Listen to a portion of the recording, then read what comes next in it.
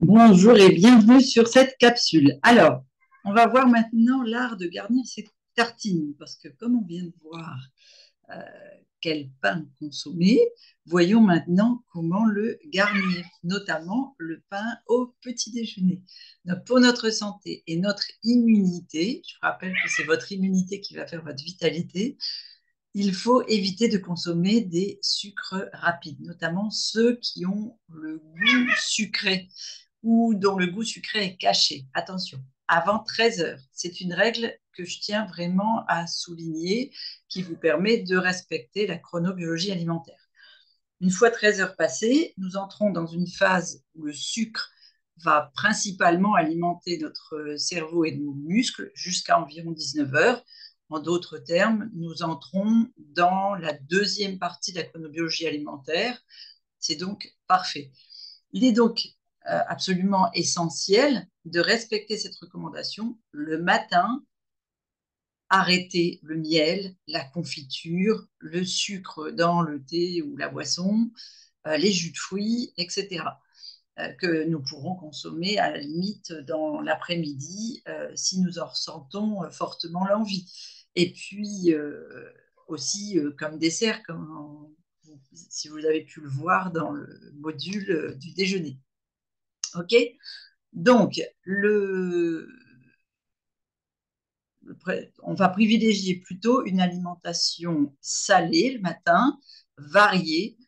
Pensez que dans des conditions physiologiques classiques, notre corps, votre corps, a besoin de l'équivalent d'une demi-cuillère à café de sel non raffiné par jour, c'est-à-dire l'équivalent de 3 grammes.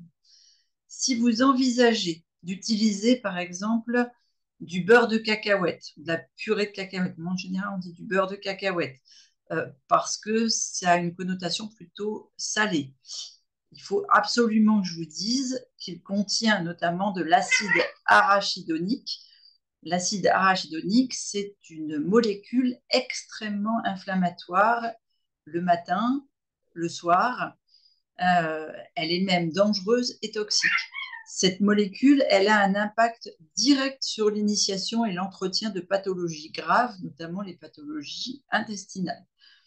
Il contient, pour le beurre de cacahuète également, d'autres molécules inflammatoires qui vont perturber le bon fonctionnement de nos cellules. En particulier, ce qu'on appelle la capacité des mitochondries à produire de l'énergie. Donc, le beurre de cacahuète va vous épuiser. Ces molécules inflammatoires peuvent, ouais, je dirais peuvent, mais elles vont même jusqu'à perturber la paroi de nos cellules intestinales en créant ce qu'on appelle un déséquilibre entre les acides gras oméga 6 et les acides gras oméga 3, avec une proportion largement supérieure au 3 pour 1 dont je vous ai déjà parlé dans la capsule oméga 3. Donc, dès le début de la journée, si on consomme ce type d'aliments, eh bien, nous allons provoquer une inflammation importante, ce qui va augmenter considérablement le risque de développer des pathologies chroniques telles que les problèmes cardiaques et les cancers. Si malgré tout, vous souhaitez absolument goûter à un peu de beurre de cacahuète, c'est recommandé de le consommer plutôt l'après-midi et en cas d'inflammation des intestins, d'intestins poreux, de maladies cœliaques ou de choses comme ça, pas dépasser plus d'une fois par mois. D'accord? C'est un écart vraiment à considérer sérieusement. Je l'appellerais un méchant écart. Et la fréquence mensuelle, c'est largement suffisant. Une fois par mois, ça suffit. Par contre, le matin, pas d'écart. Jamais de beurre de cacahuète. D'accord? Maintenant, en ce qui concerne la purée d'amande, ce que certains appellent le beurre d'amande, la purée d'amande, il faut savoir que l'amande est un aliment absolument extraordinaire, en particulier l'amande blanche émondée, qui contient des quantités très importantes de calcium, de magnésium, de potassium. Et comme elle a été dénuée de sa peau, eh bien, vous allez pouvoir les assimiler. Donc, l'amande, contrairement à d'autres oléagineux, a un effet alcalinisant. Alors, ça veut dire quoi alcalinisant? au niveau de votre organisme, ça veut dire que là, vous avez un taux d'acidification, et bien vous allez redescendre au niveau de ce taux d'acidité. Donc, l'amande est vraiment excellente à consommer au petit déjeuner. Elle peut aussi être consommée en collation matinale, pour les personnes qui n'ont pas eu le temps de prendre un petit déjeuner ou bien qui n'ont pas eu le temps de prendre un déjeuner complet ou qui font de l'activité physique ou bien un travail de force le matin. Une poignée d'amandes, c'est divin. OK? Maintenant, si vous êtes en surpoids et que votre objectif est de perdre du poids, limitez votre consommation d'amandes par jour à votre poignée. Chacun la sienne, d'accord? Pour favoriser la perte de poids. Ensuite, c'est possible de consommer des amandes le matin, hein, puisque je vous en parle. Parce que dans les amandes, on ne trouve pas de sucre rapide. Maintenant, en raison euh, enfin, comment les autres oléagineux que l'amande, en raison du taux d'acidité de certains autres oléagineux, je ne vais pas vous dire de consommer une poignée d'oléagineux général au petit déjeuner. Le matin, par exemple, on ne recommande pas plus de 3 noisettes, 3 noix, 3 châtaignes, d'accord? Et ce, peu importe votre poids. C'est juste par rapport au taux d'acidité qu'elles vont dégager dans votre corps, et donc ça va être selon vos préférences. En particulier le matin, parce que ça va vous permettre de travailler sur le pH de votre corps. Voilà, on reviendra à ça dans d'autres capsules, c'est encore un peu plus à approfondir un peu plus. Maintenant, pourquoi privilégier la noix de Grenoble par rapport à la noisette? Tout simplement parce que les noix de Grenoble, mais c'est aussi le cas de la noix du Brésil, eh bien, elles sont excellentes pour leur teneur, ce qu'on appelle la teneur en sélénium.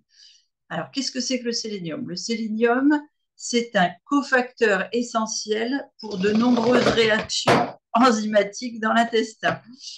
Monsieur Chat, il joue un rôle clé en fait. Non, je ne vais pas sortir. Il joue un rôle clé dans le bon fonctionnement en fait des réactions chimiques positives à l'intérieur des cellules, à l'intérieur de. Alors, il joue dans plusieurs endroits.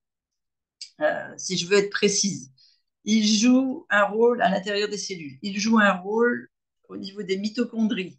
Il joue un rôle au niveau de la glande thyroïde. Et donc, il va jouer un rôle aussi dans l'alcalinisation, ce qui veut dire que ça va jouer un rôle dans l'équilibre de la formation des os. Hop là, pardon, excusez-moi. Maintenant, si je passe à l'assiette du petit déjeuner, telle que qu'on pourrait l'imaginer au quotidien, eh bien, donc, on va commencer par notre pain maison ou cru ou cuit vapeur, ou alors un pain acheté dans le commerce sans croûte toasté. D'accord?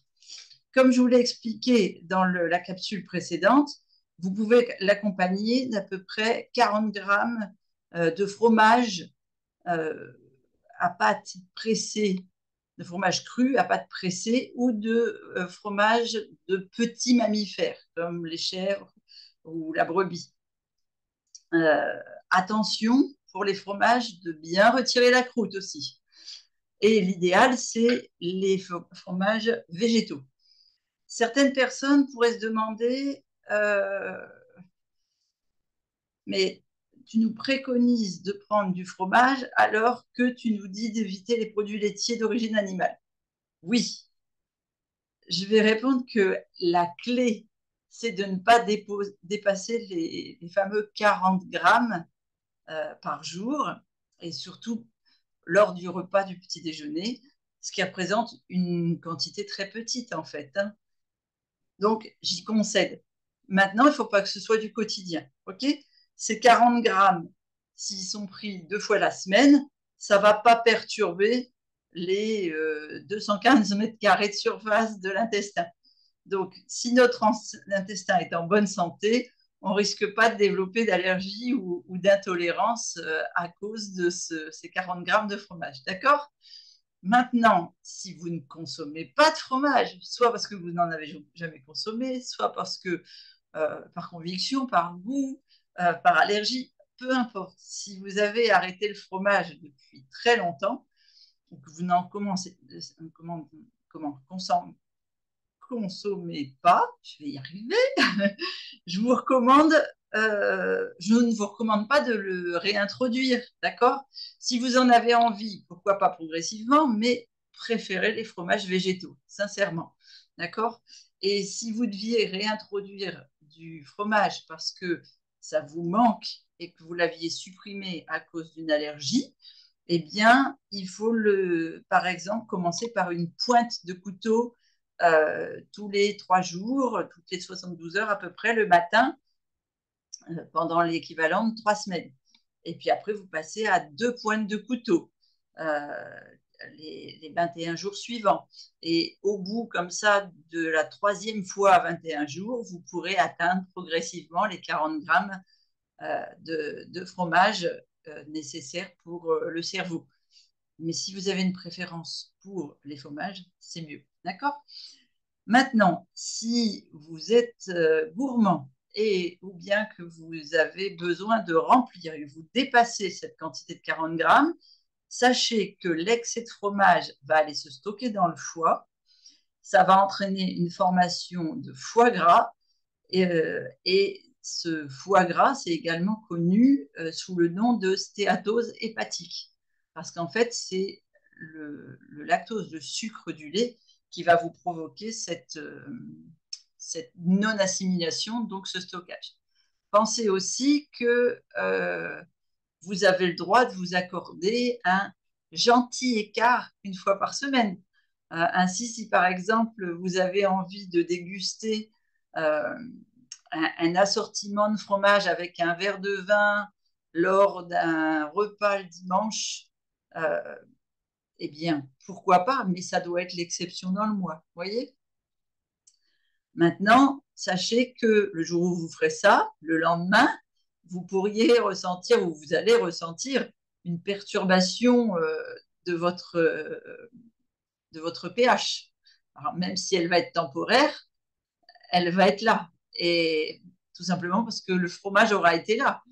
Et donc, un fromage sur un plateau, quand on dépasse les 40 grammes, même si on le prend le midi, eh bien, ça provoque une concentration qui va provoquer une inflammation aiguë au niveau de l'intestin. D'accord? C'est pour ça que c'est très, très important de trouver un équilibre dans notre alimentation quotidienne et d'adapter nos choix en fonction de notre santé, de nos besoins énergétiques aussi, ça c'est important, et puis de prendre soin de notre corps et de notre immunité, je dirais, en passant à l'action sur une alimentation réfléchie et équilibrée.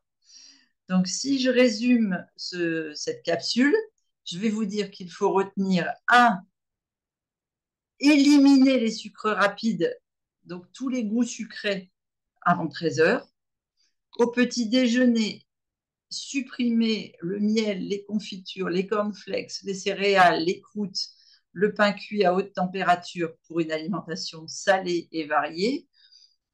Éliminer la consommation des beurres de cacahuètes en raison de son contenu inflammatoire et toxique. Privilégier la purée d'amande le matin, qui est une très bonne alternative et protéinée et riche en calcium, magnésium, potassium et bonne graisse. Et en accompagnement